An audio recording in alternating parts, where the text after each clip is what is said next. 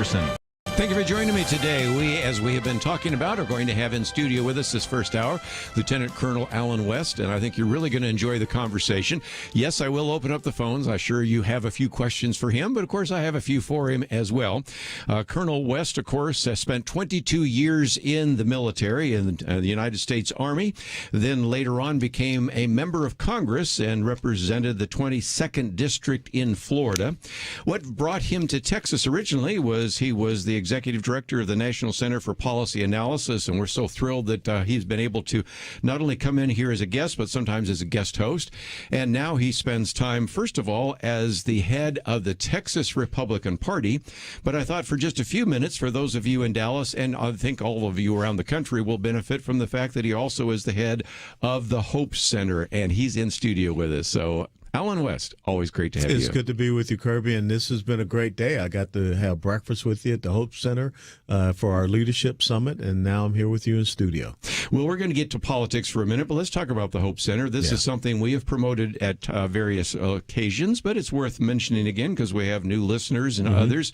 Hope Center has now, I guess you're up to 62 different ministries in the same building. 62 ministries under one roof. It's unique, one in the world for type of facility where you have Christian ministries, international ministries, women's Christian ministries, Christian counseling, and also societal, cultural, like My Faith Votes and First Liberty, all working together to share and spread the gospel of the Lord and Savior Jesus Christ. And we're just thrilled that we just got a new ministry, Nick Vujicic, and Life Without Limbs is coming in May. And we still got 56 on a waiting list that we're trying to get in as well. It's just as amazing, and got a chance to hear from him. We need to get him on radio sometimes. Absolutely. Since we now have an office here. Of course, you know that we have Kelly Shackelford sitting with us most Fridays, and he's, of course, at the Hope Center, the First Liberty, and all sorts of others. June Hunt, who's usually sitting in that chair, and many, many others. But again, I thought we'd mention a few things. First of all, you have this National Day of Prayer coming up. That, of course, happens every single year. And for our listeners in Dallas, they could actually attend it. But even for others, I know that you've put it out on video. So anybody in the country that would like to have you hear you, and also, of course, hear Nick, who is the founder, like we said, of Life Without Limbs, or be able to hear from others that'll be praying about education and family and government and media and business, that's all available by simply going to thehopecenter.org, right? HopeCenter.org. It will be May the 6th from noon to 1 p.m. That's Central Time, so add an hour for the East Coast and take a couple hours if you're going back out toward the Pacific. But it's going to be a great event. It's going to be live streamed, as you said, and you can sign up to get that, thehopecenter.org. And so that is one of the events. I thought I'd mention one other. Now, this was going to be a little harder for people outside of Dallas to benefit from, but I thought I'd mention it for just a minute because you're putting together, and this will happen later this week, Biblical Arts and Artifacts Exhibition. And I thought this was fascinating, and I really didn't know much about it, but it is something that not only emphasizes the arts, but also these digitized New Testament manuscripts done by the Center for the Study of New Testament Manuscripts. We've had, of course, a couple of individuals that have been on the program associated with that, but that's something that's going to take place, I believe, Thursday, right? Yes, it'll be an open house there at the Hope Center in Plano, Texas. And just imagine you can come in and you can see the digitized manuscript in the original Greek from, Ephesians, Galatians, the Matthew, Mark, Luke, and John. It's just absolutely incredible. And that's one of the ministries that we have at the Hope Center that goes around the world and finds these, many of them still on papyrus, and they have this incredible camera technology to digitize them and put them into a digital library. And then also Max Greiner Jr., who has the incredible mountaintop prayer garden down there in Kerrville. He's going to bring his work up here to display. A lot of his work is at Prestonwood Church, and then also on the campus of Dallas Baptist University. So again, just some great material that you might want to know more about. But if you find yourself saying, I'd really like to kind of know, what is Alan West writing about? The first article I've posted here, the Chairman Alan West Monday Message, and people may want to sign up. It doesn't matter whether you find yourself in the state of Texas, which of course you're the head of the Republican Party in the state of Texas, or anywhere else, because you start off with a very significant quote, which we'll talk about in just just a minute of Alexander Fraser Tytler. But you start off by reminding us that this weekend, a very significant event in your family. It was incredible. You know, our oldest daughter, Aubrey, who is a physician assistant, she specializes in neonatology here in Dallas. She was married, and the week prior to that, she turned 28. So it was kind of a bang a couple of weeks, but what a pleasure to walk your daughter down the aisle and, you know, remembering when she was born back on Fort Riley, Reynolds Army Hospital. That's right. April the 9th, 5 pounds, 4 ounces. Never forget it. And again, by the way, there's a picture, of course, not only of you, but of one of you dancing with her. So if people would like to know a little bit more about your family. But just before we take a break, let's talk about this because it's a fairly famous quote that democracy is a fragile thing. And eventually, as Alexander Tytler actually described as a Scottish historian, he began to notice that if you look at all the great countries and civilizations of the world, they go through a rise and a fall. And at first, they get rid of the shackles of bondage, and there's spiritual faith, there's great courage, there's liberty, there's abundance. But interestingly enough, sown in their success oftentimes were the seeds of their failure, because then that led to selfishness and complacency, apathy, and eventually dependence. And you're watching our country right now, and you are a student of history of other civilizations. This is a sober reminder where we are right now in America, isn't it? It's a very sober reminder. When you look at those cycles that he's talking about in that quote, you can see exactly where we are. And that's why I think, you know, what you do here at Point of View Radio is so important, because what gets a civilization, society going onto the right path? Spiritual faith. Spiritual faith brings about the courage, and then the courage brings about the liberty. And as I wrote in that piece, it takes me back to 2 Corinthians 3:17, where it says that the Lord is the Spirit, and where the Spirit of the Lord is liberty and freedom. And so if we can go back and understand right now in this moment in time, the body of Christ has an incredible responsibility to return us back to that spiritual faith. If we can get back to that spiritual faith that established this great nation, I don't care what you say, it's established on Judeo-Christian faith heritage principles, then we can reestablish that courage, and we can reestablish freedom and liberty.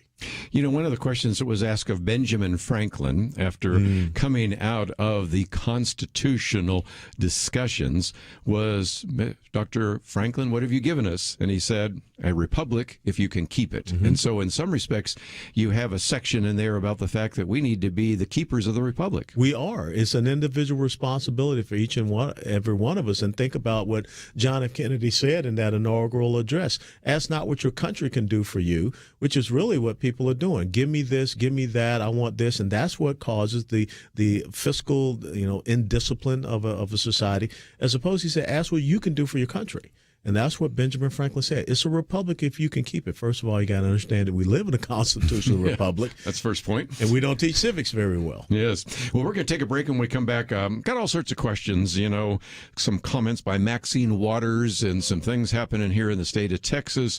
The decision by at least some of the leaders in Planned Parenthood to finally acknowledge that, maybe Margaret Sanger was a white supremacist, and a couple of other topics that we will get into. And if you'd like to join the conversation at any point, 1-800-351-1212. Colonel Allen West with us. We'll be right back.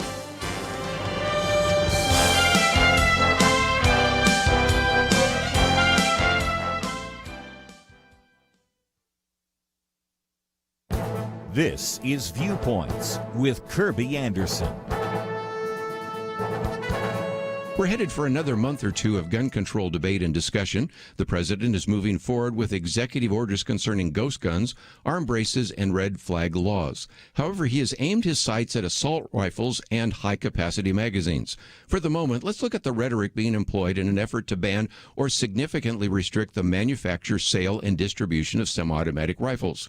Proponents of gun control frequently refer to these sporting rifles as assault rifles or as weapons of war.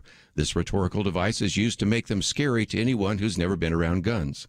They are usually talking about sporting rifles such as the AR-15, which are very popular. Some estimate that there may be between 15 million and 20 million modern sporting rifles in circulation. This seems very difficult to ban or restrict the AR-15 without affecting all other rifles that also use a magazine. The president also wants to ban what he calls high-capacity magazines. That means a magazine that holds more than 10 rounds of ammunition. But notice that a small handgun, like the Sig Sauer 365 that fits in your pocket, can hold 12 rounds of ammunition, and the magazine is merely 4 inches long. A third rhetorical device is to question why anyone would need such a rifle for self-defense. But consider that any intruder would be carrying either a semi-automatic handgun or semi-automatic rifle equipped with a high-capacity magazine.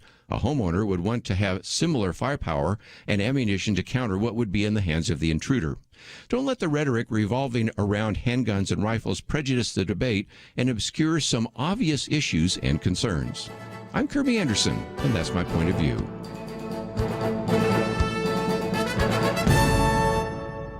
For a free copy of Kerby's booklet, A Biblical View on Racism, go to viewpoints.info/racism. That's viewpoints.info/racism.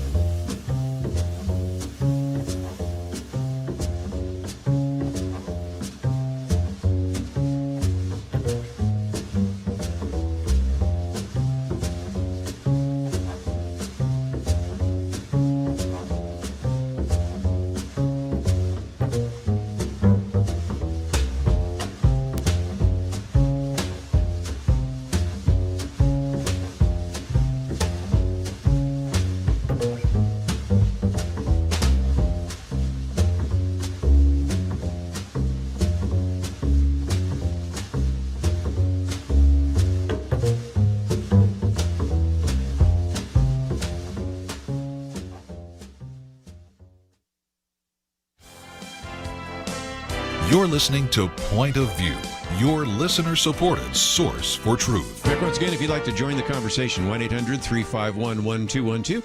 In studio with me today, Colonel Alan West, and if you'd like to join us, we'd love to hear from you. But I wanted to ask you, Alan, if nothing else, of course, Maxine Waters has said a lot of things over the years, so we can certainly understand the comments, stay in the street, get more active, be confrontational, and all of the rest. And even yesterday quoted about the fact that you have Jonathan Turley, who is pretty much of a liberal law professor at George Washington, saying, actually, when this lawsuit against Donald Trump about January 6th, they could call her, because if you talk about incitement, what she said was incitement. But don't take my word for it, because the judge in the trial that everybody's watching right now, Judge Peter Cahill, who isn't exactly a far-right individual, matter of fact, with A.B. Klobuchar, said that what she said was abhorrent, and it could have the whole trial overturned. Your thoughts? No, he's absolutely right. And he goes on to talk about how the defense can come in and use that, her incitement language, to say, hey, you know, I'm appealing this, whatever you come up with, because now she has coerced you into making this decision. And so the whole thing can end up being a mistrial. But think about the hypocrisy. And Nancy Pelosi, what she said to try to excuse her behavior was to say, well, she was putting it in terms of the civil rights movement. Well, confrontation in the civil rights movement was peaceful. It was nonviolence. And that was the whole success of the civil rights movement, is that they made the other side violent. So how can you equate the two? So instead of them saying to Maxine, you're out of line, you need to be censored, Maxine, you need to go away. Maxine Waters continues to say these things because she knows she has a get-out-of-jail-free card, that no one's going to hold her accountable. And remember when she stood up, I don't know where it was, but she said all of those Trump administration officials, get in their faces, wherever they are, in the restaurants. And what did you see happen? So she's been the most insightful person whatsoever. But let me tell you about someone else that sits in the United States House of Representatives. That's Representative Cori Bush from St. Louis. There you go. Yes. Cori Bush actually led violent mobs in St. Louis. David Dorn, that the African-American police officer who was killed, is a result of the mob that she led. The McCloskeys, the mob that came to their house not once but twice, talking about raping her, killing him, and burning down their home, was led by a person that now sits on the House Judiciary Committee in the United States House of Representatives. This is why people look at the left and they say, you guys, if it weren't for having no standards, I mean, you don't have any semblance of standards whatsoever. This is incitement to violence. This is coercion. This is intimidation. But Kerby, as you well know, when you study history, this is how socialism, Marxism, communism advances itself, through intimidation, fear, threats, and ultimately violence. And the willingness we need to have to speak the truth. You know, Yes. one of the books that we oftentimes mention here by Rod Dreher is Live Not by Lies. And it's a quote from Alexander Solzhenitsyn, who says we should live by truth, not by lies. And what we're seeing right now, Alan, is this kind of emphasis that I am not only going to have this philosophy that said you should respect my view, but you have to affirm my view, even when my view is a lie. And many people know it's a lie, but with intimidation, you're going to have to, if nothing else, in this new world that we find ourselves in, actually have to have a fair amount of courage. Yeah, you're absolutely right, and you have to stand up to it. And again, it comes back to that quote from Fraser Tyler: "Spiritual faith led to courage, which leads to liberty." And so that's the ground. That's the start point. Think about how the New York Post and the story that they put out about Hunter Biden. That's a lie. It's not true. We're not going to print it. Whatever. But then if it's something that they want to promulgate, Russian collusion, which was not grounded in any truth whatsoever, you have to accept my truth. Even though it's a lie, it's my truth. And so there is no objectivity anymore with the progressive socialist left. It's whatever it is that they believe advances their ideological agenda becomes their truth. And how do you fight against that? You have to fight against it with faith and with courage. Let's talk about that idea of discernment, because we know that the media was actually saying, we're not going to let you hear some stories, but we're going to promote others. And I've got this one here about Officer Brian Sicknick, and that is one we haven't really talked about. But now the medical examiner is documenting that, as sad as it is that he died of natural causes. And yet you can go, if you turn the next page, because we posted some of this as well, see various claims that he was hit in the head, that he was pepper sprayed, which he might have been, and that this was the death that was caused by the rioters. Now, again, I think any of the rioters that maybe sprayed him or anything else, throw the book at him. That's the point. I would also throw the book at anybody that's with Antifa, too, by the way. But the point is that these individuals in the media were basically saying that he was died at the hands of those individuals. At the spot. Right. But that did not happen. I mean, it happened, a day or two later, away from that scene there at the Capitol. Now, could the pepper spray had triggered something within him? Absolutely. But to sit around and say that he was struck in the head and things of this nature, again, that's promulgating a lie. But look at Ashley Babbitt. There you go. The one person that was shot by a Capitol police officer. No charges. We still don't know who did that. Yeah, we don't even know the person's name. We don't know the person's name. So, at least I don't. Yeah. And again, autopsy found no blunt trauma and everything. But here I got some pictures, Anderson Cooper and everybody else saying that he died at the hands of pro-Trump protesters in the January 6th riot, or that they called it an insurrection. Yeah. And I think that's one of the things we've been talking about here at Point of View, just the need for us in this 21st century to, especially in these last couple of weeks and months, just to have some level of discernment. It used to be that you could trust Edward R. Murrow. You could trust Walter Cronkite. Yes, you could trust even maybe a Ted Koppel. And even up until recently, we thought maybe we can even trust 60 Minutes, although after now we saw the governor in Florida get completely misrepresented. There are people, I think, that are honestly saying, Alan, who do I trust? Yeah, it's incredible. I remember starting out, CNN had Bernard Shaw. Yes. Lou Dobbs was on CNN. Stuart Varney was on CNN. I mean, I guess they look back and say, oh, my God, what has happened over there? Because they've become propagandized. And it really does resemble what, the Ministry of Propaganda, Mr. Goebbels said, if you tell a lie often enough, eventually it becomes the truth to some people. And it is becoming the truth to people. And that's why it's so important that people, right, left, libertarian, whatever, you've got to cross-section all of these things that are coming out and make sure that you're getting to the truth, not just saying, I'm going to follow this one source that's coming out. In the military, we always said in combat, the first report is always wrong. Yes, well, you know that, especially in the heat of combat and those kinds of things.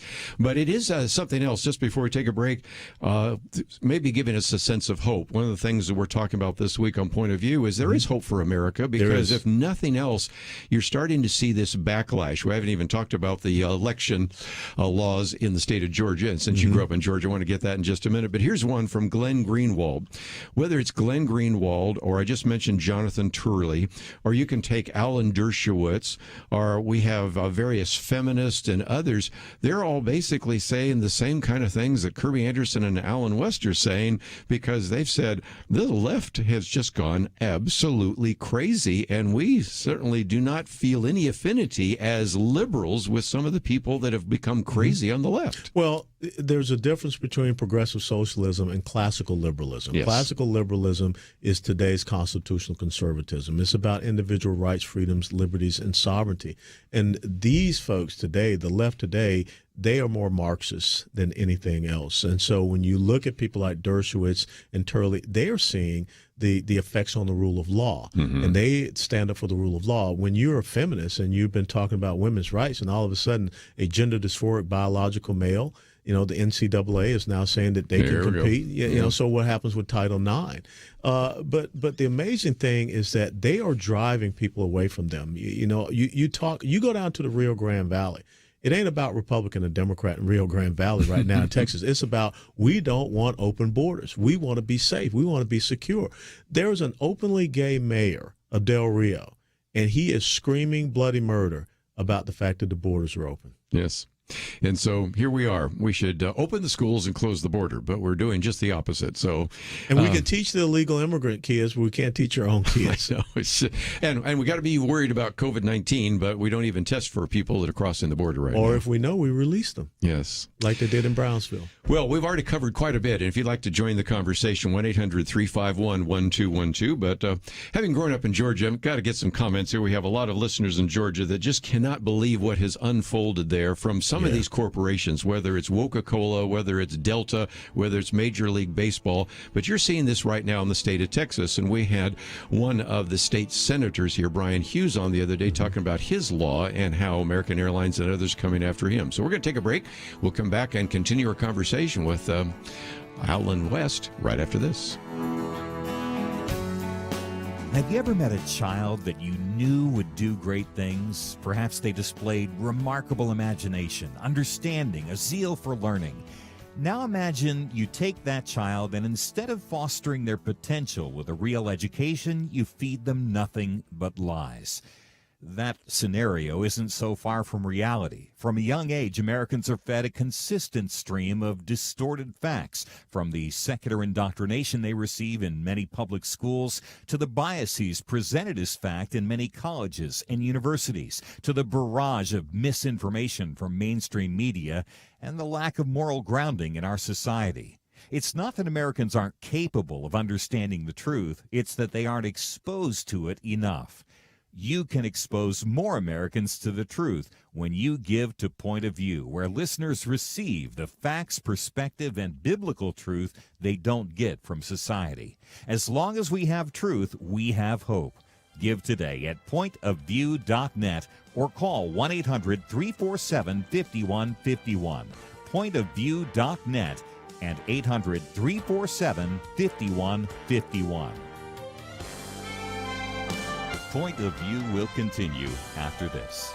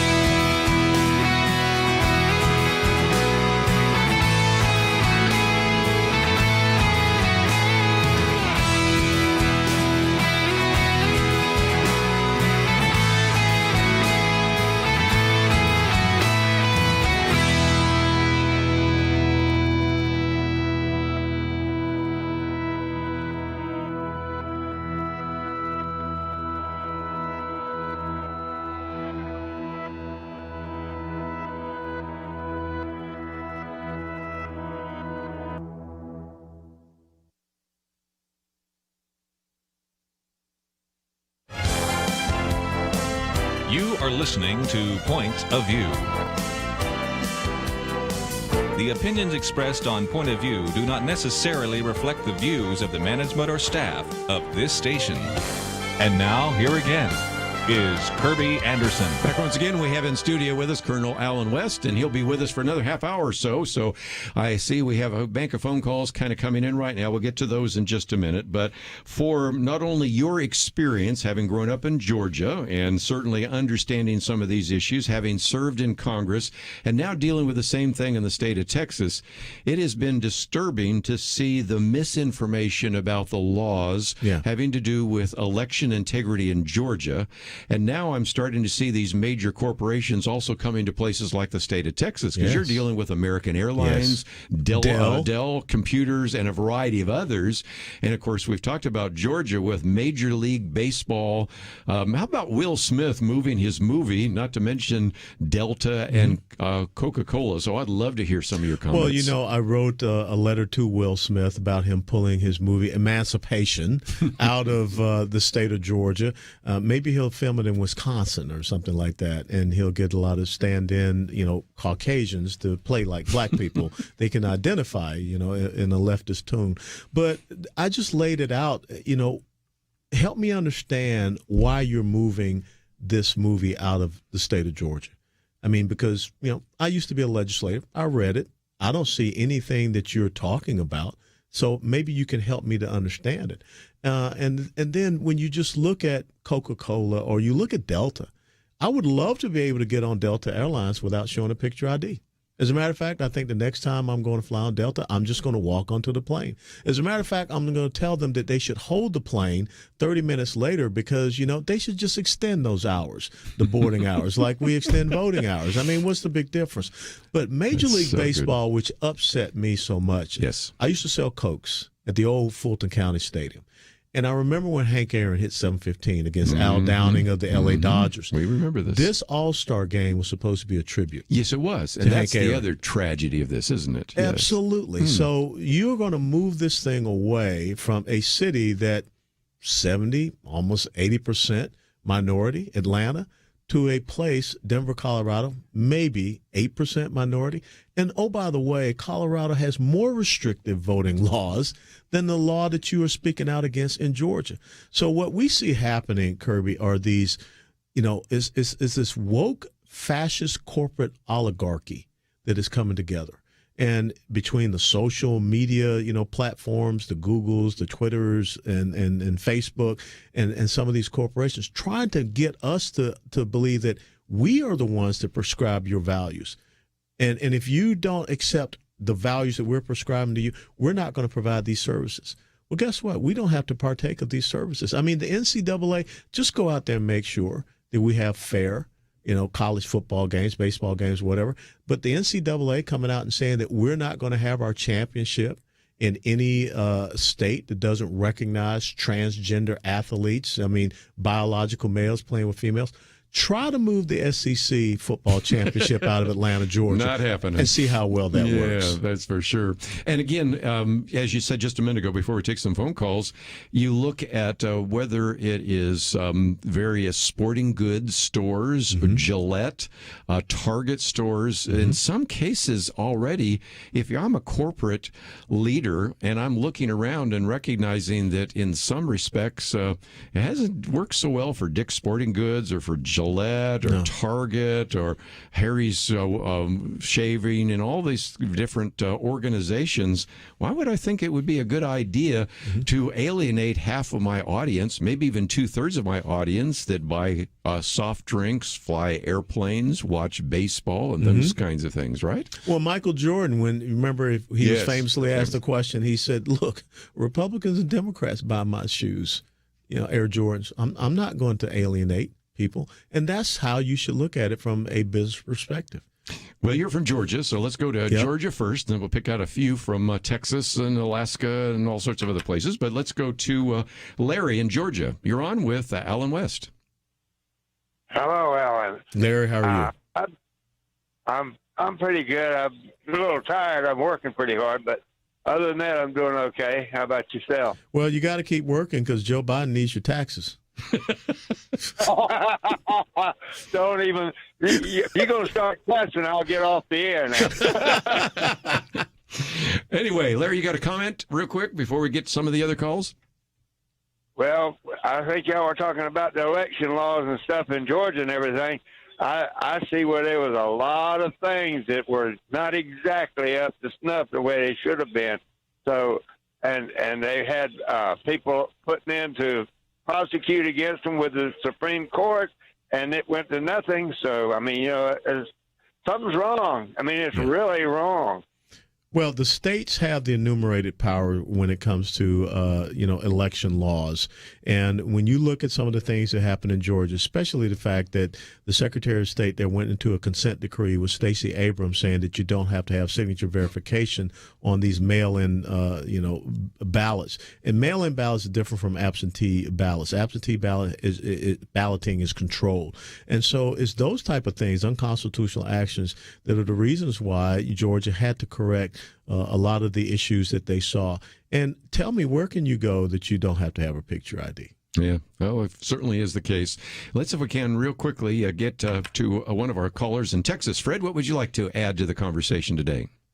Well, I met both of you gentlemen recently. I met Colonel West last night, and Kerby, I talked your ear off on Saturday. And the beeline I have to make is to SB 7.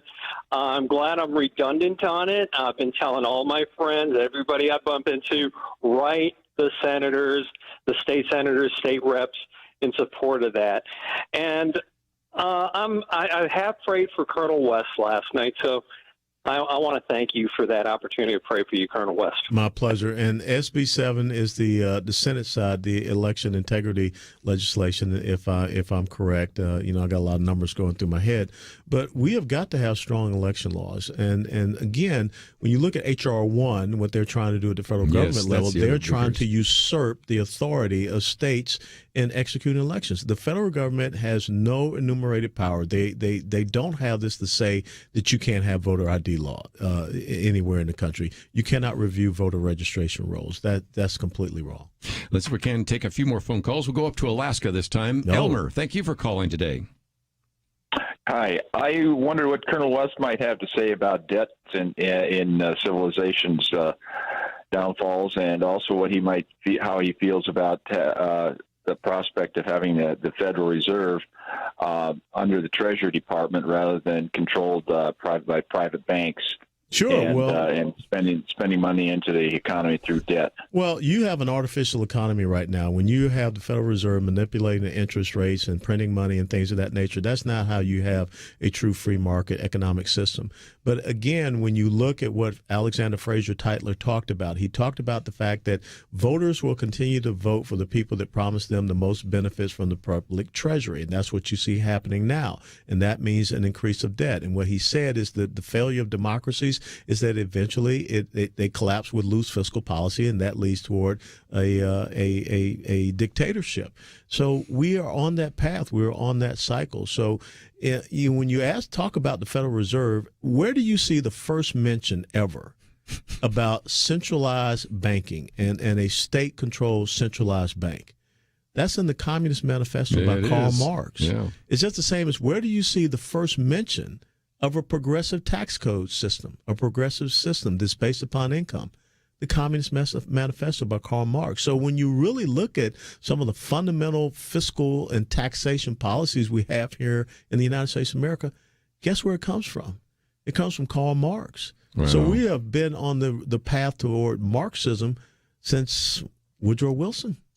You are a graduate of University of Tennessee, so you love Tennessee. And you remember Andrew Jackson? He killed the bank. Absolutely. Do you remember that? Yep. And then we went from the time in which he killed the bank until we get to Woodrow Wilson in 1913 that gave us the Federal Reserve and all the other things, which, as we pointed out the other day, I did a whole hour of teaching on the Federal Reserve, and my joke is, first of all, it's not federal, and second of all, it has doubtful reserves. But by and large, we, and I have to say, we've collectively collectively have spent a lot of money, first under Trump, but especially under Biden, $1.9 trillion. And now they're talking about $2.3 trillion. Yes. The trillions is 1,000 billion, and a billion is 1,000 million. So you can get an understanding of how huge that is. And about 30% of all the dollars in the world were created within the last year. Mm-hmm. And do you think they're going to stop printing these dollars? I don't. No, they're not, as long as they're there, because, again, this is about promising people. So now, all of a sudden, you come into the United States of America illegally, and we're going to give you a hotel room. Veterans on the streets are homeless. They can't get a hotel room. And we're going to give you all of these other, free public benefits on the back of who? The American taxpayer. And again, if you are not familiar, the first article that we have here is the message from Chairman Alan West. And he gives you the quote from Alexander Fraser Tytler. Of course, he's the one that also said these democracies fall apart because they can continually vote the largesse from the public treasury. But eventually, the debt catches up. And that's the end of a civilization. We'll be right back.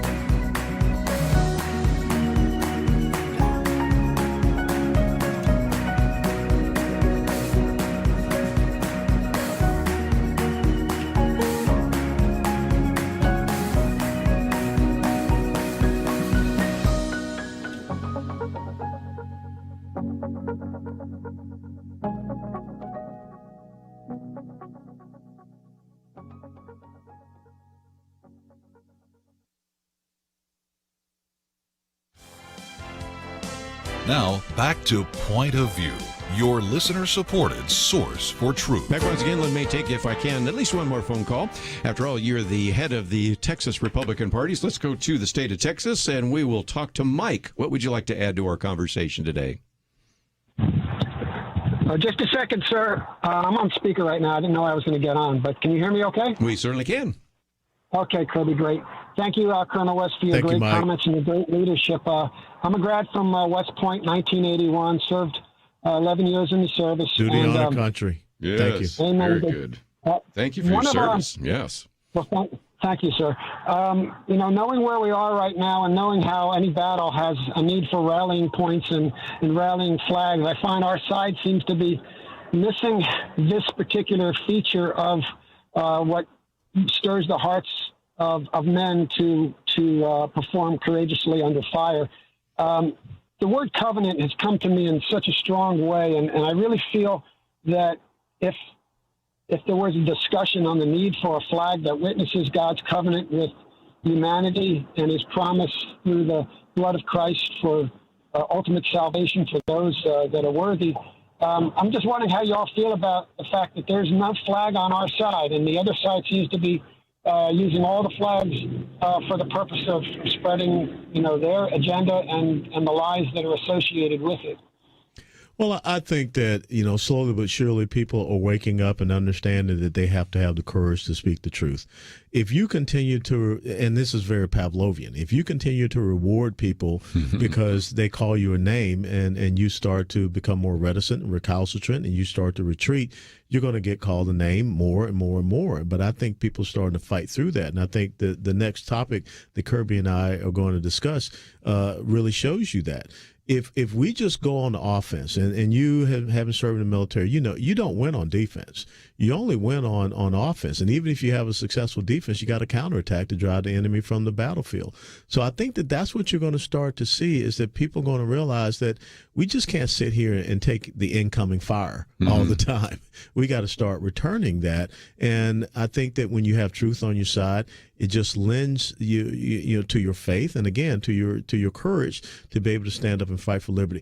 The left is full of a bunch of delusional tyrants, but they're tenacious. Yes. Even though they're delusional, they're tenacious, and we just have to push through their tenacity and say that we are on the side of right, and we're going to continue to be just as tenacious. In 2 Corinthians 10:3-5 talks about tearing down strongholds and lofty thoughts raised up against the knowledge of God. And since you set me up for this, we're going to talk more about it in the next hour, because it's one of the articles I've posted, because you have a lot of black pro-life leaders condemning Planned Parenthood's hollow denunciation of Margaret Sanger. And I'll get into that in more detail. But here you have a situation in which the founder of Planned Parenthood, Margaret Sanger, and now you finally have had some people at Planned Parenthood say, okay, I guess she was part of a white supremacist group. I guess she was. Yeah, okay. A Ku Klux Klan. Yeah. And she was promoting eugenics and wanted to actually destroy the black population, because 30% of the abortions, as we mentioned yesterday, happen to black babies, when you recognize that African Americans make up 13% of the population. And you look at where the Planned Parenthood clinics are located, they're in either black or Hispanic neighborhoods. So what about this? This is one of those things where we've allowed the other side to pretend that everything is fine, even give awards to people like Hillary Clinton receiving the Margaret Sanger Award, and we should have been calling them out a long time ago. There's a bust of Margaret Sanger in the Smithsonian Institute. How can that be? Yes. And so here in the state of Texas, Kerby, the second largest abortion facility in the world is in Houston. It's Houston. And so it's just unconscionable to me that we're not on the offense. Recently I came out and hit Chris Cuomo about his comment about, when white kids start dying, that's when you'll have, police and reform. Well, I just asked him, so there have been 20 million black babies murdered in the womb since Roe v. Wade, 1973. So when are we going to have abortion reform? And oh, by the way, you guys keep protecting Planned Parenthood that was founded by white supremacists and the racists, referred to blacks as undesirables and weeds. And that's how we go on offense. We start to point out the hypocrisy. You're canceling culture. You're shutting down everything. You're saying the Georgia election law is racism and is white and it's Jim Crow 2.0. But here you guys are supporting the organization that was started by a knucklehead that spoke at, Klan rallies. You praised the guy, Robert Ku Klux Klan Byrd, as being your buddy and someone that you learned from and was a great mentor. Hillary Clinton, Bill Clinton, and Joe Biden. So let's start bringing this stuff out to say, so when are we going to tear down the monuments to Robert Byrd in West Virginia? And when are we going to tear down Planned Parenthood, an organization founded by a racist, a white supremacist, a eugenist? We'll get into more of the details of that in the next hour, but Thought I'd take one more call if we could. Okay. We'll head out to South Carolina, WAGB. Dennis, I think we can slip you in the next couple of minutes. What would you like to add? Well, that man was just talking about a flag, the need for a flag. There was a flag flown by George Washington. It was the first American flag, and it was called An Appeal to Heaven. It was a white flag with an evergreen tree on it and the words An Appeal to Heaven. Mm-hmm. He carried that into battle, and it was on all of our warships. There is a man named Dutch Sheets who has been head of an organization or a part of an organization that's been promoting that flag and a whole lot of other things besides that. I don't have a lot of time, so I can't get into all of it. But it's an answer to that man's problem. Yes. And it's a Christian organization, and it's with evangelical and Pentecostal preachers. And I really wish you would have Dutch Sheets on your program and another man named Lance Wallnow, probably one of the most brilliant people we have in America today.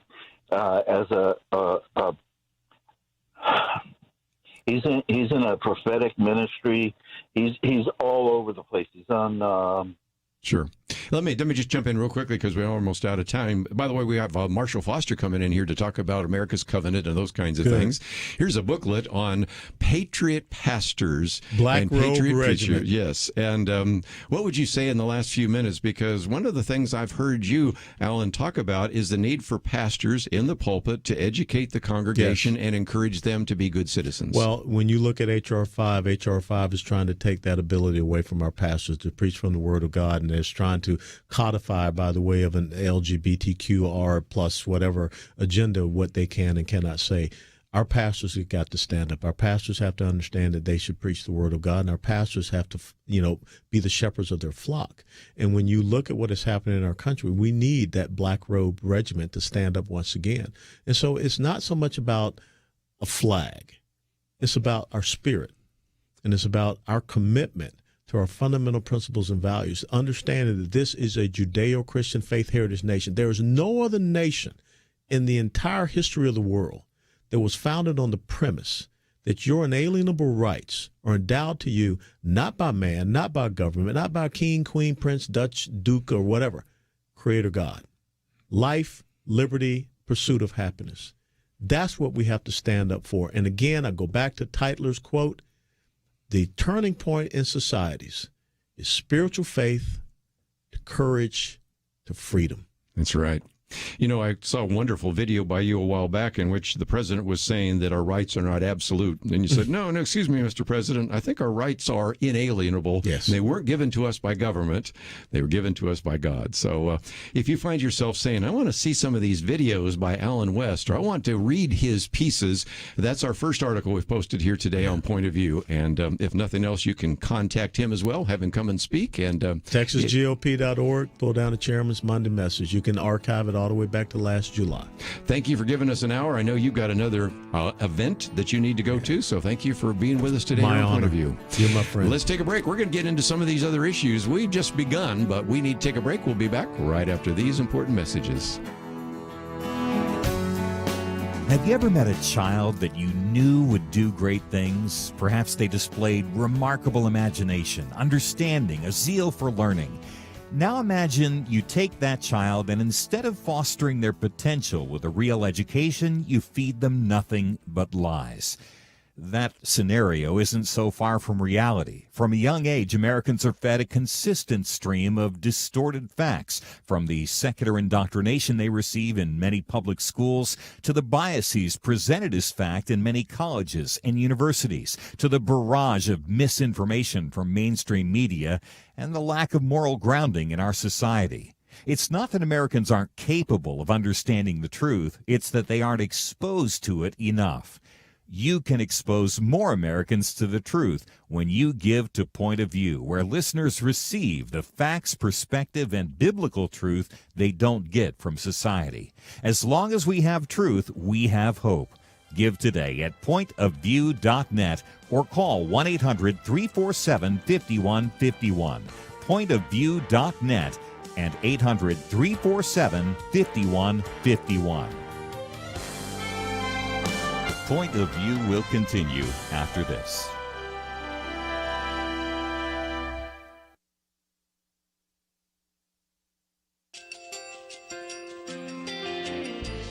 I just want to thank you so much for all the wonderful programming you have. You're just absolutely fantastic. I recently started listening to Point of View, and I really found it interesting because of the different subjects you cover. Thank you for that. I really appreciate everything that you do in keeping us informed. Thank you, Kerby, for everything that you have been doing. I appreciate all the work that you're doing, advocating for the Word of God. Thank you so much. Point of View, I think, is absolutely necessary because it's a Christian perspective, a biblical worldview perspective, and receive very current, up-to-date information about what is really going on, week to week in our culture, which is changing so rapidly, and yet it's morally sliding backwards. Yeah, I'm just, first of all, I thank you guys. Y'all's program is wonderful, and enjoy it every day. I learn so much every time I listen to it. Point of View Radio Talk Show.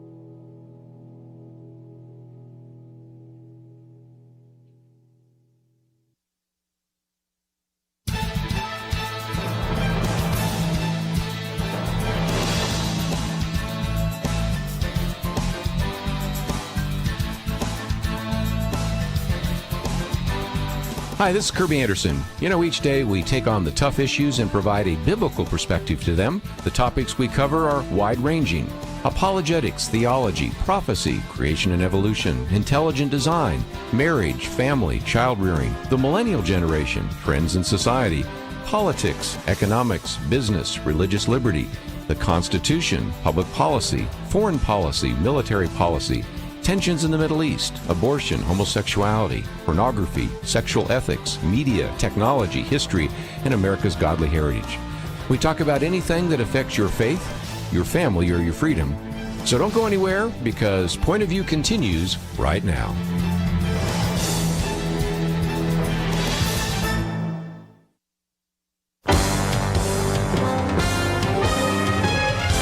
Across America, live. This is Point of View.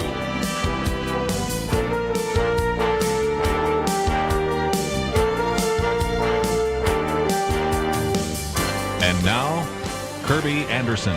Second hour today, if you'd like to join our conversation, 1-800-351-1212. Dennis was mentioning just a minute ago, Dutch Sheets, you know, I might recommend to you his book, An Appeal to Heaven, which, of course, was on what is oftentimes referred to as the pine tree flag.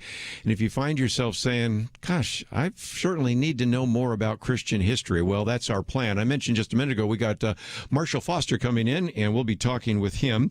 In the past, we've had Jerry Newcomb, we've had David Barton, we've had Glenn Sunshine. As a matter of fact, I have this booklet that I mentioned just a minute ago, which I would certainly commend to you, maybe to get and to pass on to your pastor. It is entitled A Biblical View on Patriot Preachers, and it's a reminder that so many of the preachers during the 18th century were really calling for liberty and calling for a nation to be based on biblical principles. And so it takes you through the stories of some of these key individuals that were part of that, and it was just kind of a nice summary of something which, if you're not familiar, Dan Fisher actually has a whole piece, a very good book, came out a number of years ago, Bringing Back the Black-Robed Regiment. And, of course, I've mentioned Jerry Newcomb, he and David Gibbs, their book, One Nation Under God. David Barton, of course, The Role of Pastors and Christians in Civil Government. I have on my shelf all those books, including one by Ella Sandoz, which is she actually edited, he actually, I should say, edited, Political Sermons of the American Founding Era, and much more. So we'll come back to this whole idea of Christian education and Christian history and America's godly heritage.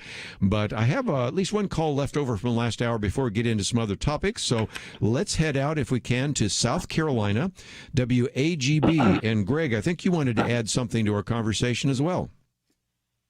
Yeah, I appreciate the work that you and your staff do, but it was a comment, and I remember hearing it a while back in a meeting this evening where Colonel West had mentioned that while he was in Congress, that not that it was full of, but there was socialists and communists there. And I remember that being like a no-no word. You know, you couldn't go there, even though it was the truth, as we find out now, coming out, and with the legislature that they're passing, they are there. And I just remember he kind of got slammed for that. And then I think it's even his own party anyway, he got redistricted and out. And so I'm glad to see he's, involved again in Texas. But I don't know if people recall that he called that out a while ago before, what their actions really say now about their views, And again, let's educate some of our listeners. He had a congressional district, his 22nd district back then, and they gerrymandered him out of the district in Florida. And matter of fact, I knew you were coming on, so I caught him just to see if he had stayed on here. He's got a very important conference call he's got to go to, so I'm letting him go on to that. But he said, yeah, they tried it out on me, and then they eventually perfected it and used it on Donald Trump. So I thought it was kind of interesting that he was he was kind of saying, I was the first one to be kind of removed from office in that regard, because there's no doubt that he probably would have won re-election until they so gerrymandered it. It made it impossible for him to win re-election in the 22nd district back then, not the one now.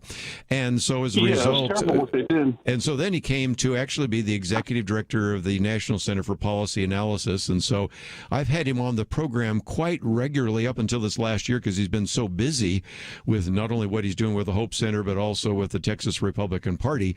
But he's actually sat in for me, and I run into him. Matter of fact, I was in a meeting with him from 8:30 to 10 this morning, and then he's on the show again. So in some respects, getting him to Texas has been really a great blessing for not only Texans, but I would highly recommend any of you that would like to follow him, even if, as you're living in South Carolina, but anybody around the country, you can actually see his messages that come out through the Republican Party. And as you heard us talk about today, most everything he's writing about applies to a lot more than just the state of Texas. If you've always wanted that long and detailed quote about Alexander Fraser Tytler and some of the other comments that he has to make, that is the first article we have today on the website at pointofview.net. So, Greg, I appreciate you reminding us of what he had to go through simply because he was willing to speak the truth to power, and some of those in power did all they could to get rid of him. Yeah, and I think that's what's really under fire here is the truth. And like you call it out a lot, is the suppression of truth. It's an ongoing battle, or the distortion of the truth, so that's what we're up against, I think, every day. Can I add just a separate item for another day you can look at or bring it up, and I'll let you go? This is something, too, I don't hear talk about, but on defunding the police, I remember when Clinton, part of his platform that he was running on was 100,000 new cops. Do you remember that? Oh, yes. And matter of fact, the Senator Joe Biden supported that. Go ahead. Yeah. Yeah, well, 100,000 cops. So it's a shame what they've come in just a short period of time. So again, things have changed. Yeah, you can go back just a few years and you can find Bernie Sanders saying that illegal immigration is a bad idea because he was concerned about how that would affect union wages and all sorts of things. So there's a fair amount of flip-flop that has taken place. And so, great ideas. Thank you for calling. And let me, just before I take a break, mention kind of what we want to do for the rest of this hour. And that is the first article I've posted here after Chairman Alan West's message is the one on Planned Parenthood. So I thought I'd just cover that very short amount of time. Then we'll come back and get into some others. Everybody's sort of watching the trial up there in Minneapolis right now. And I did mention about the judge blasting the comments by Maxine Waters. And then I want to get into how are we going to deal with this issue of the pandemic. And out of Oregon, we're going to spend more time talking about this Thursday. Now the governor has actually wanted to have a permanent mask mandate. I'm not making this up. The governor of Oregon, Kate Brown, wants a permanent mask mandate. And I have right next to it something I was going to talk about with the Colonel West in terms of the fact that when Texas lifted its mask mandate, there were people saying that this was a desperate political game by the governor. Governor of California, Gavin Newsom, called it absolutely reckless. And you might remember Beto O'Rourke said that this has now placed a death warrant on the state. Except it turns out that Texas is doing quite well, as is Florida and some of the others that got rid of a mask mandate. So you have two very different views. One that says we need masks, and now wanting to have a permanent mask mandate in Oregon, which I think was a bridge too far even for some of the Oregonians. So we'll talk about that a little bit later, as well as, well, what happened after some of these mask mandates were removed. And then we'll get into a couple of other topics that certainly are relevant. And before it's done, I thought I would share a little bit. Stephen Crowder's not a person we have on the program, but he the other day was down the road at SMU, and he did one of his Change My Mind, and the Change My Mind topic was, should we have voter ID? And it was interesting to see the counterpoint back and forth between some of the individuals at SMU who were convinced that voter ID was racist, and he then began to cite some of the facts and figures, and you didn't necessarily have them changing their mind, but they sort of backed off a little bit once they got a few of the facts. So we'll share some of those with you as well. If you'd like to join us, that finally cleared the lines a little bit, so you are still welcome to give us a call. That number is 800-351-1212. I want to give you a little bit of the background on Planned Parenthood and the reaction from a number of African-American leaders to the recent statements about Planned Parenthood and Margaret Sanger. That coming up right after this.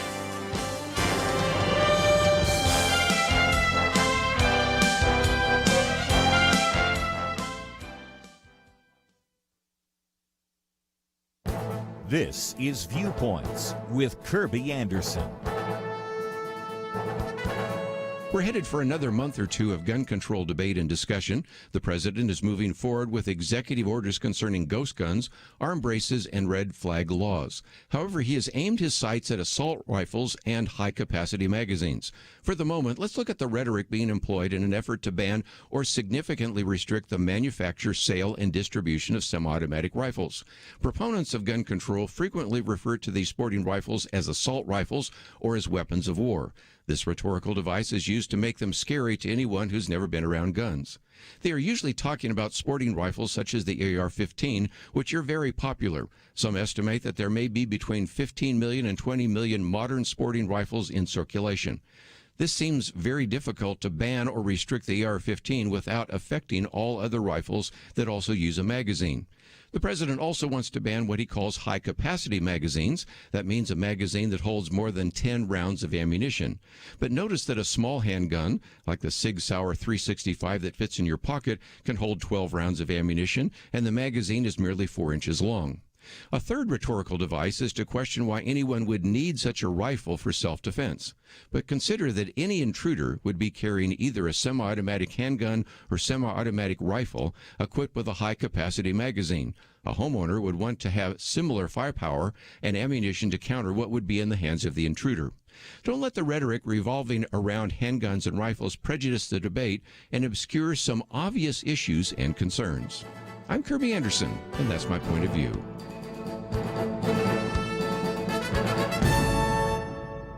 For a free copy of Kerby's booklet, A Biblical View on Racism, go to viewpoints.info/racism. That's viewpoints.info/racism.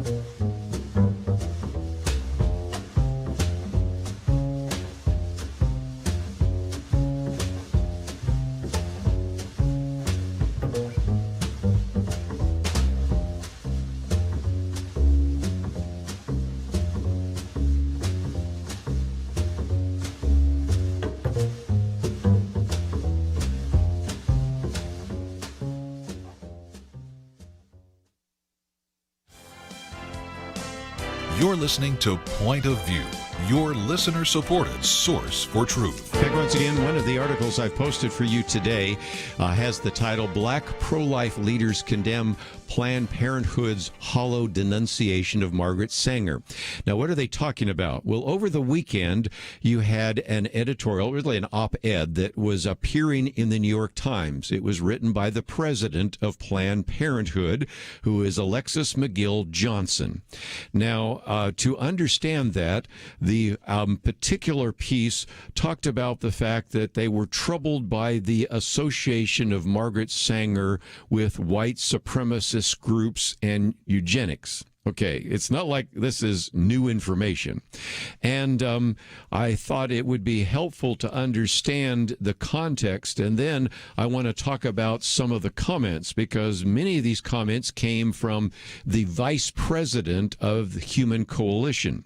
Now, tomorrow we're going to have our Millennial Roundtable, and one of the individuals with Human Coalition is Chelsea Ullman. So you may be familiar with Human Coalition if you've ever listened to our Millennial Roundtable, because she's talked about that. And the vice president is Benjamin Watson. If that's not familiar to you, he should be, because he's a former NFL athlete and has really spent some time really focusing on, as an African American, some of the things that Planned Parenthood has done. Let me give you a couple of quotes from Margaret Sanger. I'm going to clean them up a little bit because she refers to what we would call African Americans in different ways. So the quote is approximate, but I'm going to use some euphemisms so that you would not be offended by the words that she actually said. You with me on that?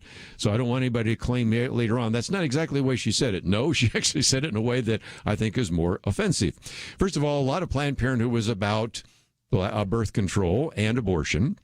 Margaret Sanger said, we believe birth control knowledge brought to this group, meaning the African Americans, she referred to them differently, the black community, is the most direct constructive aid that can be given them to improve their situation. In other words, she was convinced of that.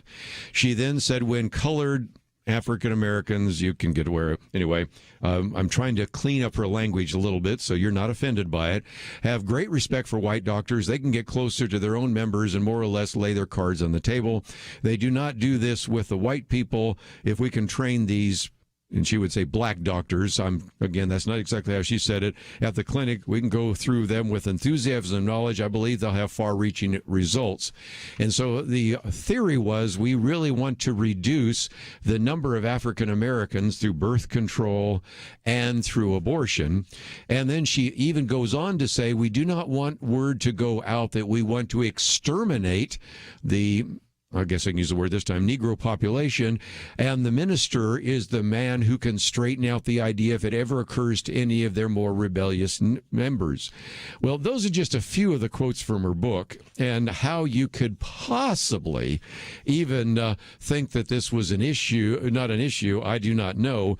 And yet, let me go back to the editorial, or the op-ed, written by the president of Planned Parenthood, Alexis McGill Johnson, and if nothing else, she makes the case that whether our founder was a racist is not a simple yes or no question.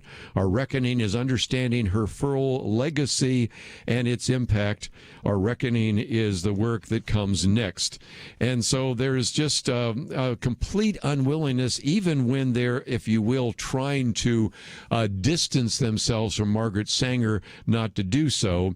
She did point out that there was a speech given by Margaret Sanger before the Women's Auxiliary of the Ku Klux Klan. But, of course, the president didn't mention what was called the Negro Project. That was what they called it, and all of those issues.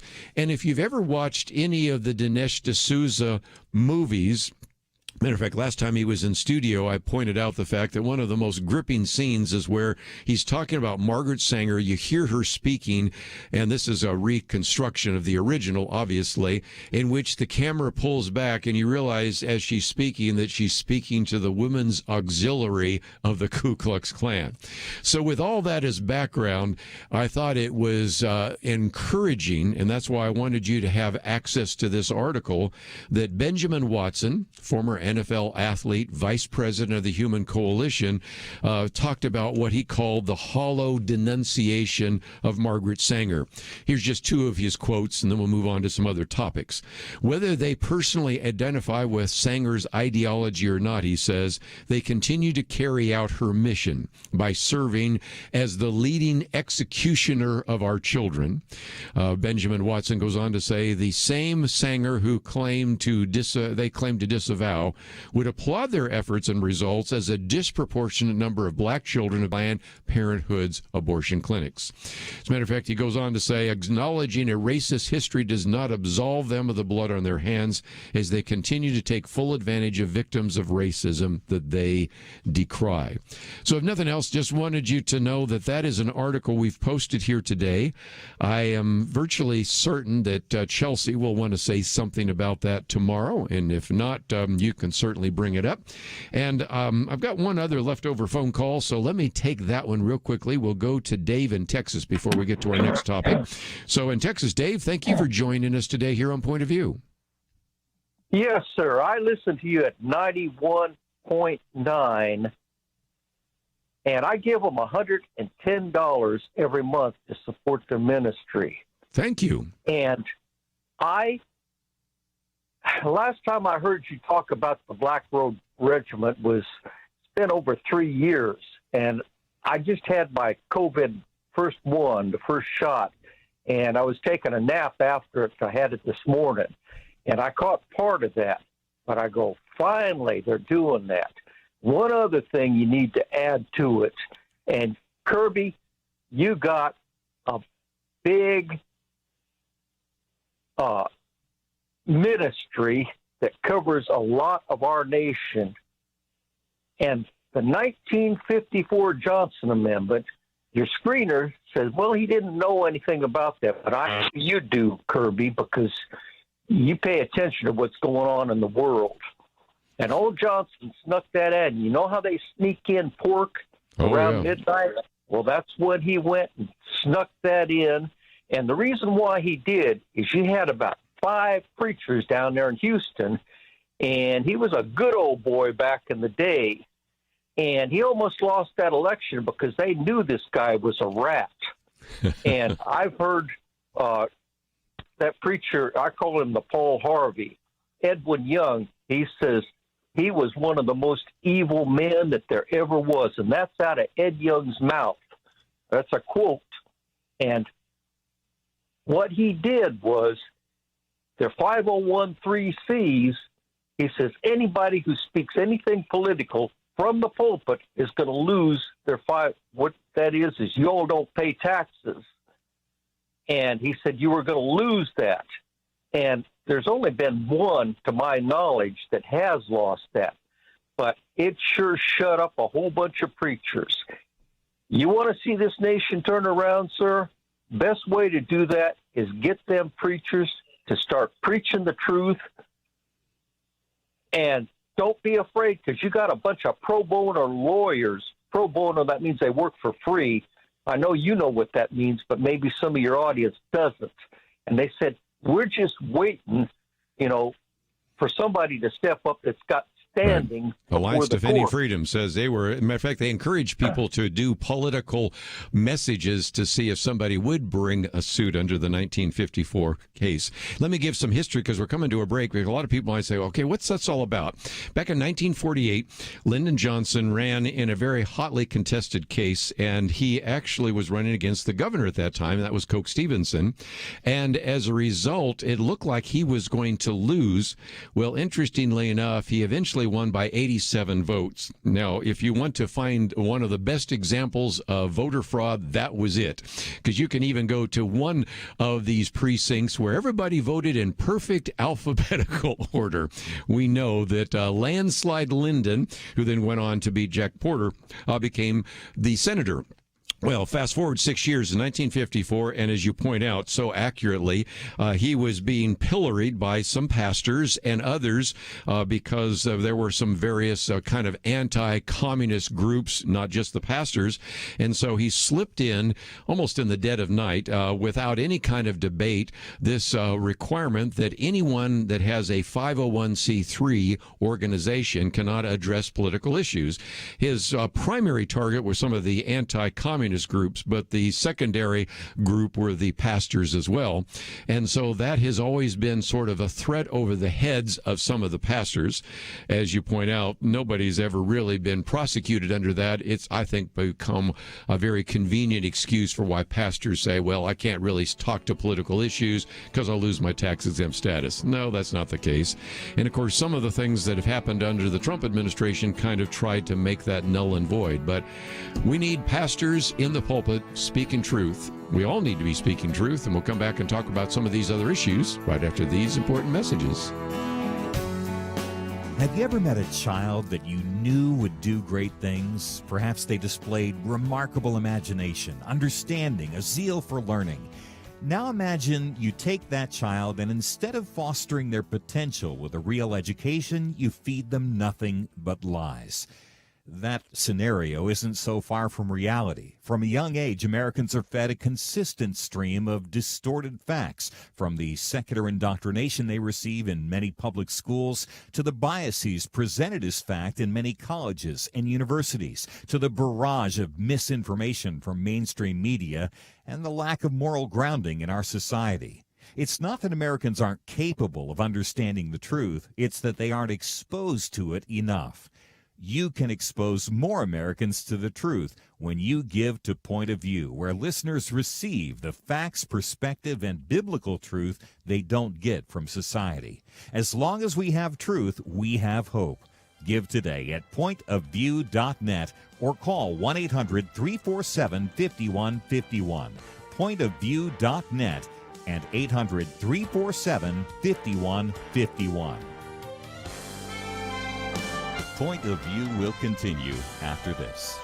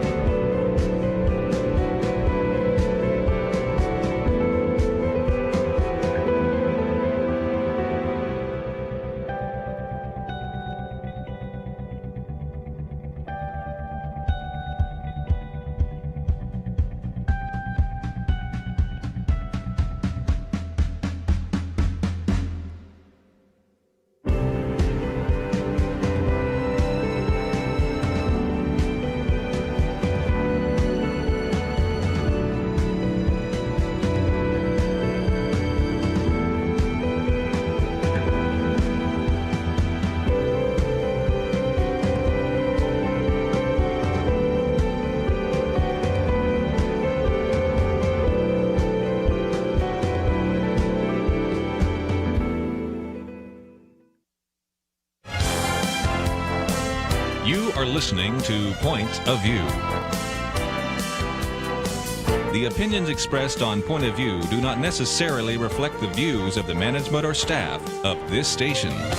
And now, here again is Kerby Anderson. But half hour, if you'd like to join the conversation, 1-800-351-1212. You know, we've had a number of calls today that have actually talked about wanting to once again do some teaching on this issue of America's godly heritage. And I already have one scheduled. I think it's May 10th. We have Marshall Foster on American Covenant. And I always like to wait till we get to maybe May or June. And there's a reason for that, because this is when we do the teaching, whether it's David Barton, Jerry Newcomb, whoever it might be, of course, Marshall Foster and some of the others. And we'll see if we can get Dutch Sheets and some of those people on. We will like to do that when you could have your kids listen. Now, let's face it, a good number of you never learned this as adults because your universities and even your grade schools and secondary schools didn't teach it then. But I think it is not only important necessarily for you to hear it, but sometimes you can get your kids or grandkids to listen, or even if they won't sit in front of the radio and listen to it, you can maybe say, that's a YouTube video. Tell you what, I'll give you $5 if you'll watch this for an hour, and we go through some of that material. So we're going to have some more of those coming, and just the fact that we've had so many calls about that just encourages me that we already had one scheduled with Marshall Foster, and we'll do some others to try to do that. And I might even do a whole hour of teaching myself based upon the 10 things every Christian should know about America's godly heritage. I've done this before, but I recognize we have a different audience, and it's worth doing once again. For the last half hour, I just wanted to cover a couple of things. First of all, let's get back into this issue of whether a voter ID is racist. And Stephen Crowder's not been on the program. He's a little bit on the edge, but that's okay. I tend to watch him sometimes. And he does this series where he will go onto a campus. He'll set up a table, 2 chairs, microphone, and he puts up Change My Mind. Well, he was just down the road from where we're broadcasting right now at SMU, Southern Methodist University, and he conducted a Change My Mind on whether or not voter ID laws were racist. Well, he had some takers, as you might imagine, and it turned into a semi-heated conversation because very quickly one of the young women that sat down, he argued that statistically a left-wing white woman is maybe the highest percentage of individuals that actually think that voter ID laws are racist because they assume that black people have difficulty getting an ID. And that really kind of took off. Now, you can watch the video on your own if you'd like, but basically he said, why do you think that 73% think you're wrong and yet your point of view is racist? And she was like, I don't think my point of view is racist. Well, they think it's racist. They think it's racist to assume that they can't get an ID at the same rates as white people. And that kind of stopped her for a second. And then eventually he gave her some other information about the fact that, okay, and I'm going to give you those numbers for just a minute. If you're right now in, I don't care if it's Texas or Georgia or Indianapolis and Indiana, Wisconsin right now, Pennsylvania, Michigan, where some of these debates are taking place. I want to give you those numbers, but one of those simply had to do with the fact that very, very few individuals who are in a functioning society don't have some kind of photo ID. And I'll give you those numbers, but before I do, what about that number that he kept quoting, the 73%? Well, it breaks down to this. If you got something to write with, you might want to write these down because this might be helpful if you're having a conversation on Twitter or Facebook or whatever. Okay, Rasmussen poll, most recent poll, 74% of whites believe that you should be required to show photo identification to vote. 74%. 73% of blacks, African Americans, believe that. And here, the highest percentage, other minorities, 82%, which I thought was kind of intriguing there as well. So that's Rasmussen, and you can go and ferret out each particular ethnic group if you want to, but that's the case. Then Project Vote actually tried to ask this question: how many people that identify or at least self-identify on these surveys, not everybody does, But so it's not a perfect survey, but, when people, say, are you white, black, Hispanic, other, whatever, some don't care to identify. But of those people identify, 87% of black people have some form of confirmed official photo ID. So that is the case. Now, let's go to CNN. This is CNN now, okay? We just talked about how CNN is very different than it was a couple of years ago. So CNN has concluded, looking at the 2020 election, I know I'm giving you a lot of numbers, but I'm hoping you're writing some of these down, that in the last election, the 2020 election, 87% of black people have an ID. Only 13% voted in the election. So they don't vote that high. Now, here's an interesting one. 90% of Hispanic American, or they in the category there, they put Latin American, so it'd be not just, it could be anything from Cuba to El Salvador, Guatemala, Brazil, whatever. Okay, so 90% of Latin Americans have an ID. Only 13% of them voted in the 2020 elections. And then 95% of white people have an ID. Only 67%, but as a higher percentage, voted in the 2020 elections. So you can begin to see that when you're looking at these numbers, first of all, anybody that wants to vote probably has an ID. The last remaining percentage, for example, 3% of African Americans, 3% of voters in Georgia, whatever, that don't, most do. Let me just use Georgia as a good example. 97% of registered voters in Georgia have a valid ID. And I've seen some numbers that estimate, maybe 1,000, 2,000 African Americans in Georgia do not have a valid ID. Can they get that? Yes. That was one of the things that, again, Stephen Crowder was interacting with, said you can actually get these online. And you might say, well, I don't have a computer. You can go to the library. You get a friend that has online. Do you have a cell phone? Somewhere along the line, we have to say that any person trying to function in this society needs an ID. And, of course, you heard Alan West say next time he gets on a Delta flight, he's just going to get on and not show an ID. I'm sure he will be forced to do so, but he's going to just be a little bit of a troublemaker and then suggest that they need to keep the gate open for another 30 minutes and all the other things. And if you haven't looked at the studies, these are well documented by the Heritage Foundation because they've shown these studies over the years.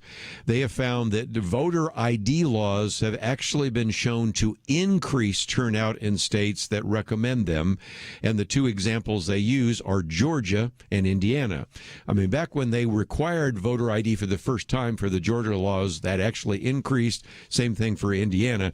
So now it is amazing to me that in Georgia and Indiana, not to mention Pennsylvania, Wisconsin, Michigan, other places, it is controversial to talk about a voter ID. So if nothing else, Stephen Crowder, you're a character, and there's sometimes you say some things I don't necessarily think are maybe the wisest thing to be said. But I do love the fact that he sometimes goes on college campuses and says, change my mind. And the latest one here at SMU, change my mind that actually requiring voter ID is racist. And it did not go well with some of the people arguing with him. And so, nevertheless, just wanted you to know about that. Just before we take a break, I thought I would mention that we are still going to be, of course, watching the verdict coming down of Minneapolis. But I did mention this earlier with Alan West, and it's worth mentioning that after California Representative Maxine Waters made statements like, you've got to stay in the street, get more active, get more confrontational. They got to know that we mean business. Then she said, I wasn't inciting anyone. Well, take that up with the judge. That would be the Hennepin County District Judge Peter Cahill, who actually denied a motion for mistrial from the defense, but did note that the comments made by Representative Maxine Waters could give the defense what he called something on appeal that may result in the whole trial being overturned. And so that is certainly the case. And so the argument being made by the defense attorney, that would be Eric Nelson, was we have U.S. representatives threatening acts of violence in retaliation to the specific case It's mind-boggling to me, Judge. And the judge did not accept that. He certainly denied the motion for a mistrial, but he was honest enough to simply say that the tensions in the area and the statements being made by Maxine Waters were over the top and certainly could be used as a justification for an appeal. So we'll see where that takes us. After we come back from the break, though, let me get into the fact that we are still dealing with a pandemic. The numbers are looking better, but I want to do kind of a point-counterpoint between the predictions that Texas was going to be a killing fields once Governor Greg Abbott removed the mask mandate. And then up there in the state of Oregon, the governor of the state of Oregon, Kate Brown, wants to now have a permanent mask mandate. We'll talk about that right after this.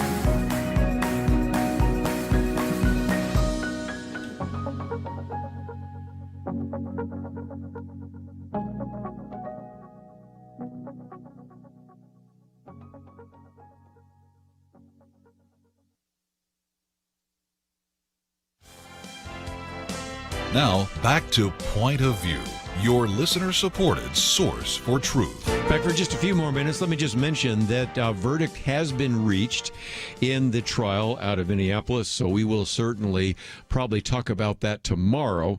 The verdict will not be read for, what does it look like, another 2.5 hours or so.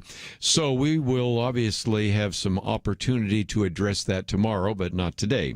And we understand that. And, of course, it takes a while for all the various jury deliberations to take place, and we'll see how that plays out. But let me come back to the topic I was going to address, and that is the mask mandate. You might remember that, first of all, you had the governor of Florida and then the governor of Texas both lifting what was called the mask mandate. And I'll just use the one I have in front of me here because this was written by Drew Holden, in which he calls it the Texas apocalypse that wasn't. He says, now it's been a month since the state of Texas lifted the mask mandate. To say that that was controversial would be an understatement. You can kind of remember that President Biden dubbed the decision as Neanderthal thinking, with apologies to any Neanderthals out there listening, because he saw that as a risk.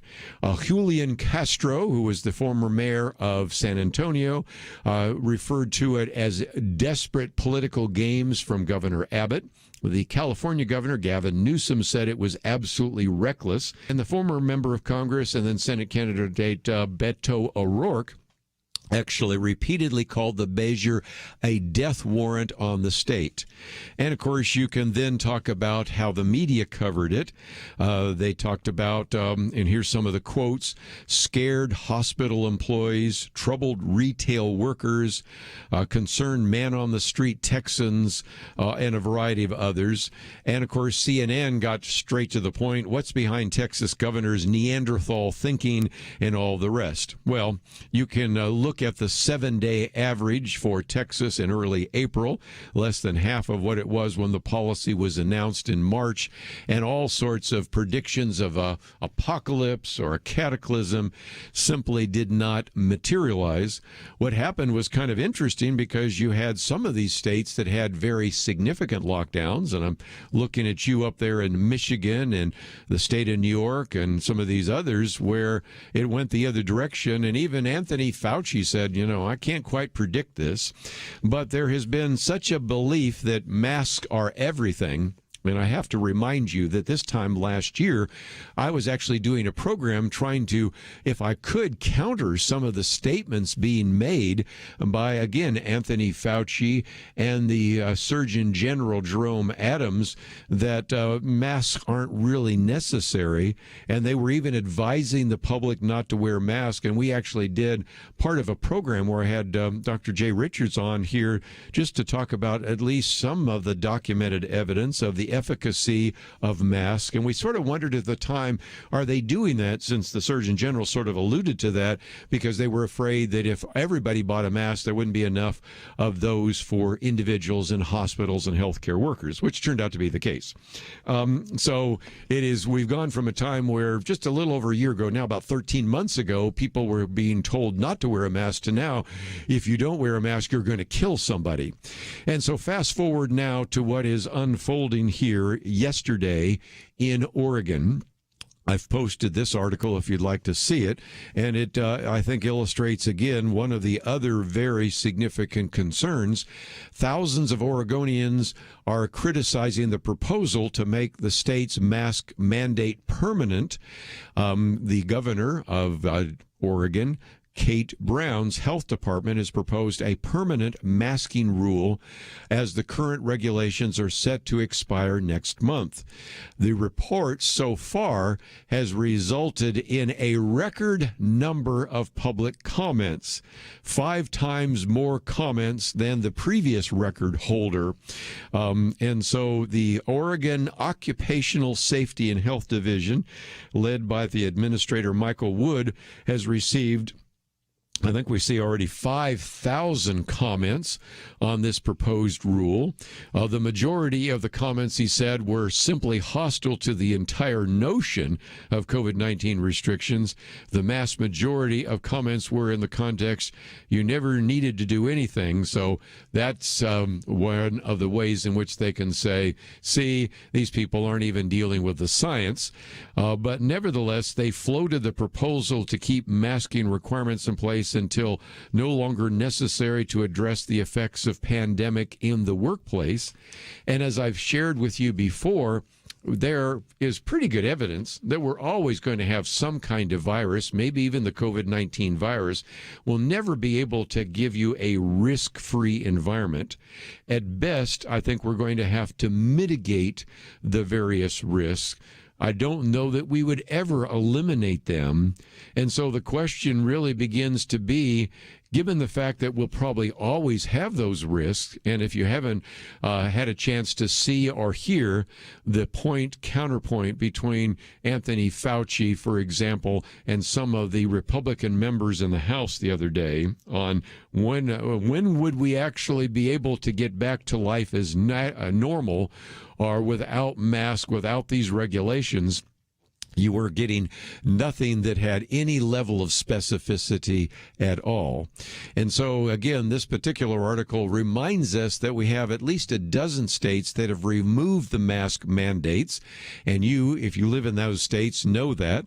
But I wanted to mention to some of our listeners in states that still have those mask mandates that the argument that that is nothing more than Neanderthal thinking probably is not borne out by what has been taking place in a positive sense, both in places like Florida and Texas. So, if nothing else, just wanted to help you understand that the battle continues and will continue. And if nothing else, just a good illustration of some of those issues that maybe need to be covered on a regular basis.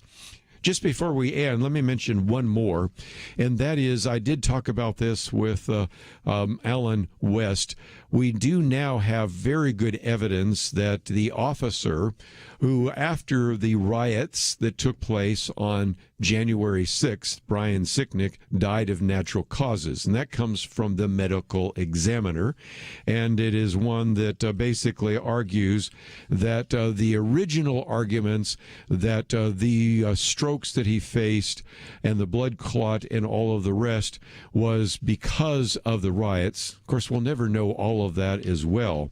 But Glenn Greenwald, who, again, as a liberal, I got to give him credit, talks about how over and over when the press covered these stories, they had all sorts of statements which at the time were known to not be true, but were said nevertheless about the fact that his skull was bashed in with a fire extinguisher by someone in the mob, that he was sprayed by bear spray, which may or may not have taken place, but we'll assume that it was, and that all of these arguments being used, even actually entered into the official record of President Trump's impeachment trial, were inaccurate or errors, or maybe the best word to use were lies.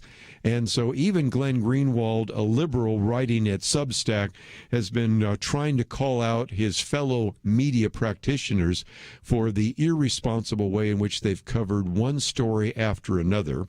And if you would like to go to his piece, I've actually subscribed to it, because whether it's the Russian bounty story, whether it is the idea of Russian collusion, whether it is Brian Sicknick supposedly dying of blunt trauma, all of those were false.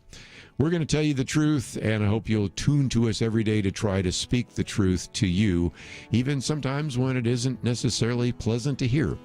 But we need to take a break, and we will do so. I want to thank Andrew and Steve for their help behind the scenes. We look forward to seeing you tomorrow right here on Point of View.